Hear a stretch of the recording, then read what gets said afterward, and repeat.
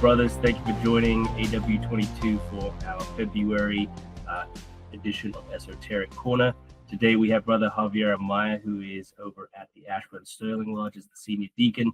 He's also the captain of the host of my very own Royal Arch chapter, Potomac 88, and he has agreed so honorably to give us a presentation on Royal Arch Masonry.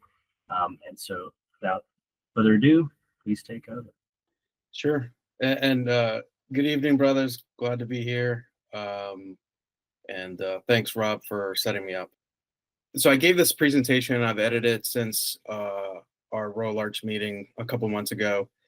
And the general idea came from one of our friends who was, like many of us, right, involved in multiple bodies within Freemasonry. So the conversation was somewhere around, hey, I get what Scottish Rite is. Once you go past Blue Lodge, right, like there's a couple paths that you could take to continue your education and receive the light. Scottish Rite obviously is well written about. There's Albert Pike, there's Alberto Hoyas, there's a bunch of people that write about it. So they dive a little deeper, but there's not much written or well known within Royal Arch, and I thought I would take that opportunity to kind of distinguish the difference, and really kind of just, it's a selling point. I'm a sales guy by nature, right? So I like pitching. I like getting rejected and then talking through it, so that way you could see my side of the situation. And then basically I cave in. So this is really about what are we doing in Royal Arch, the history, like kind of painting a better picture about what is it that is different, and also what an actual chapter does, or what we're trying to attempt to do. So, and in full disclosure, I'm in Scottish Rite. I'm Council Kadosh for the Alexandria Valley. I'm the London Scottish Rite president. So I'm all about any body in Masonry. So that's kind of the general gist of it. And then let me go here. So what we'll try to do is basically explore how Royal Arch embodies the structure of King Solomon's Temple, focusing on the symbolic roles of the officers and then the spiritual significance of it, right? So what is it? What are we trying to do? How is it different than the collegiate theoretical approach? So for our brethren, obviously there's operative Masonry, and then there's speculative Masonry.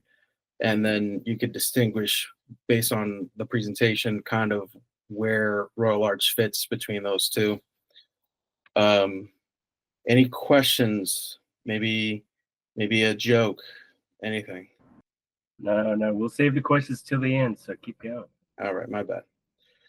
So before we kind of explore the chapter itself, we kind of need to understand a little bit about the history. So it's all tied around King Solomon. Who's this guy? King Solomon was the son of King David. He's an iconic fixture who had like unparalleled wisdom. He had immense wealth, and he achieved grand architectural achievements, creating the first temple in Jerusalem, and brought peace within Jerusalem and for a number of years, and it kind of was a starting point for kind of this esoteric lore. So according to biblical accounts, Solomon was granted divine wisdom, which was allowed him to govern in fairness and discernment, kind of like equal order and regularity, hint, hint. And then this was encompassed by like a deep understanding of the spiritual and natural world.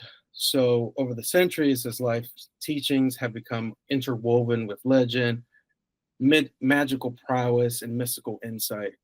So many esoteric traditions with a view of Solomon as a master of hidden knowledge, whose insight into the nature of existence and the cosmos continue to inspire modern seekers. So in addition, Solomon was credited with authoring several biblical texts, so like Proverbs, Asclepiades, and then obviously, as we know, the Song of Solomon. And again, it's all about exploring kind of that natural wisdom and combining the human relationship to that. And then the mentioned before temple. So at the time of King David, the area of Jerusalem was controlled by the Jebusites. It's a city occupying the southern part of a central ridge. And then David, he kind of fought his way, made it happen. And Dave, by the way, David is King Solomon, Solomon's dad. And then the building so they erected this building, and it stood there for about 400 years, allegedly. And then it was kind of viewed as the crown jewel of Jerusalem. It was a center of worship. It was a lot of the Old Testament writings were written in during that time. And then for the sake of where the temple was located, so it was an area between three major valleys. So it was between Hinnom, Typerine, and then the Kidron Valley. Now it's kind of called Mount Moriah. So after several years of construction, in about 960, well, there's debate around that, it was built, and then it was alleged that it was in the same protruding rock as Mount Moriah, and that had to do with there were some sacrifices done there, but that's not the point. The point is that the temple allegedly was there. Any questions about where it struck, like where it is, who Solomon was? Oh, sorry, I forgot. Rob said no questions until the end. So I'm sure you guys are dying for it. All right. And then, so the temple itself was designed to be modeled after the tabernacle of Moses. So the tabernacle, and this kind of, I'm kind of fast forwarding a lot just because I'm trying to tie it into Royal Arch Masonry, but you really have to understand the holiness, significance, the spirituality of it to kind of paint a better picture of what we do within the chapter itself. But the tabernacle, basically, it resembles the Garden of Eden, and Eden was located on a hill where the tree of life and the tree of knowledge, representing good and evil, at the center of the hill. And then Scripture teaches that Adam and Eve transgressed, partook of the forbidden fruit. They were cast out towards the east, and cherubim and a flaming sword were placed at the east entrance, Tyler, to prevent them from partaking of the tree of life, as they would then live forever in their sin. And in order to return into the presence of God, they would have to symbolically retrace their steps, passing through the cherubim, re-entering through the garden in a westerly direction. So the temple itself was representing that symbolic trace, if that makes sense. So it replicates the Garden of Eden. The tabernacle was divided into three main courts: the outer court, the holy place, and the Holy of Holies. And then in olden times, before, because basically where the tabernacle was placed, it was a temporary structure, and then they ultimately moved it to Solomon's temple, basically. But it represented the outer court represented the fallen world. The inner court represented the more sacred, and then the holy and a holier way of life. So to now transition a little bit from to kind of Royal Arch, in essence, as a high priest represented all of Israel, he progressed through the tabernacle or temple.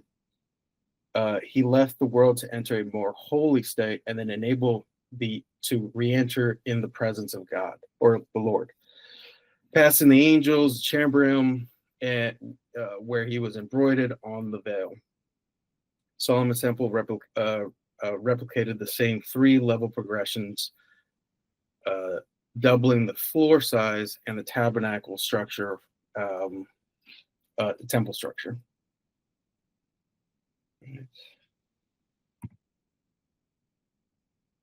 So, to kind of recap this temple, the temple consists of three main sections.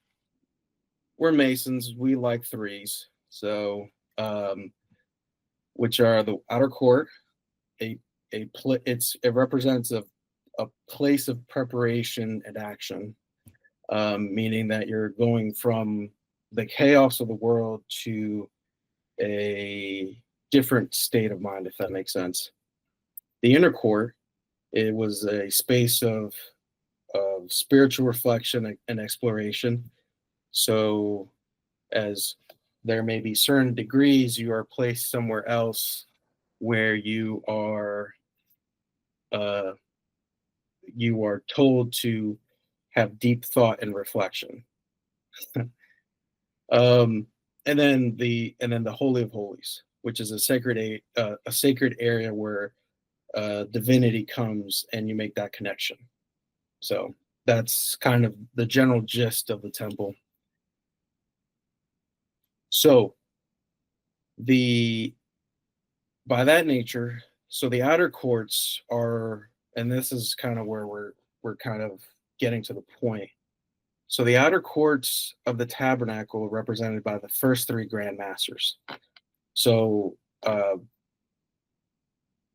because we're not open, or we're not, I'll leave it like that, right? So there's the first three Grand Masters of the Grand Veil. The inner courts, which are consisting of the Royal Arch Captain, Principal Sojourner, and the Captain of the Host. And then the Holy of Holies, the Scribe, King, and High Priest. Now, you may be asking, like, okay, so it was just the High Priest that was supposed to be in there and having, that connection with divinity. However, because the job of the scribe is to essentially write what would the lecture or whatever the light was, right? So because that connection is made with the high priest, and then the king is designed to govern in the absence of the other two, right? So it's we see a commonality there within the threes. So for those that are keeping track of the threes there, so as a connection is made and the disciples or whatever, there's somebody has to write what is being said and put the craft to work, and then the other one is to govern. So the symbolism within the different stations. So as the first three the three Grand Masters of the Veil, you are taught to it takes courage to move from the chaos of the world, to come to seek enlightenment, to unite, to lead the pack and look for commonality, that fraternity aspect of it. And that's what the first three the three first veils do, is that you took the first step. Now we're teaching you to work and be a good leader, essentially. And that's symbolic through a lot of different things, whether it's Blue Lodge, whether it's some other aspects of it. But that's kind of the stepping stones, where you're moving away from the chaos of the world and you're going from the outer courts. From the inner courts, there is so the principled sojourner is he's guiding guys to places they know not, and then exploring the unknown. So you're going to you're aiming up and you're exploring. You don't know what the path may be, but you're building a spiritual formation. You're building um, the journey that for whatever it may be, right? So there's a lot of ways to interpret it. So you're building that spiritual journey, whether into life, into doing good, and then you you have the courage to do that, and then you know that you have the guidance in the principal sojourner, for example, to guide you into places you know not. And then once you get into the station, or the I don't know what's it called, but the deities, I think is what it's called. That's where you get the light, the wisdom to know the difference, to know what is good for one versus what is good for all, and then you connect with divinity and understand the bigger message. You get illuminated. You get to create peace and harmony, and everything that has to do with that, right? So that's essentially what the diocese or the I forgot what they're called, but the diocese officers are there to do. They're there to instruct wisdom on the craft, illuminate us with be through that connection that the high priest has. So, oh, sorry. So let me back here. So, normally when I did this in lodge, I went through every stationed officer and I talked about their job, because within Royal Arch, we all have that's actually one of the beautiful things about Royal Arch. Like in EA and Fellowcraft, we talk about our duties, but once you get to Master Mason, you don't do that. In Royal Arch, we talk about what is your role and responsibility, and what is the symbol behind your chair that you take on. So you play a part of this connection, if you will, and it'll tie in at the end. But once you understand that spiritual connection that you make, and that we're a bond together to get to that spiritual place, it's actually a very beautiful thing. So what it really boils down to is that there's show horses and work horses. So when I talked to my buddy, our friend, about this, I basically pitched it as we are embodying we are embodying the temple itself. So there's a phrase, and I'm working on the wording certificate, among many other things. So please pass your judgment. No, I'm joking. There's a phrase where it's like to clear our minds as living stones for that building not made with hands, eternal the heavens. Something along those lines. That's what we're doing in Royal Arch. We are one of the cornerstone bricks of that temple, uniting us in a bond of peace. And that's really the kind of the difference between any other aspect of Freemasonry. And mind you, this is just like one guy's interpretation, right? But I'm not like a scholar or anything. So and that's really what the conclusion is, right? So it's a Royal Arch chapter mirrors the structure of King Solomon's temple, each officer representing a symbolic role in a sacred framework, emphasizing action, reflection, and a divine connection, which is ultimately the ultimate goal. Now,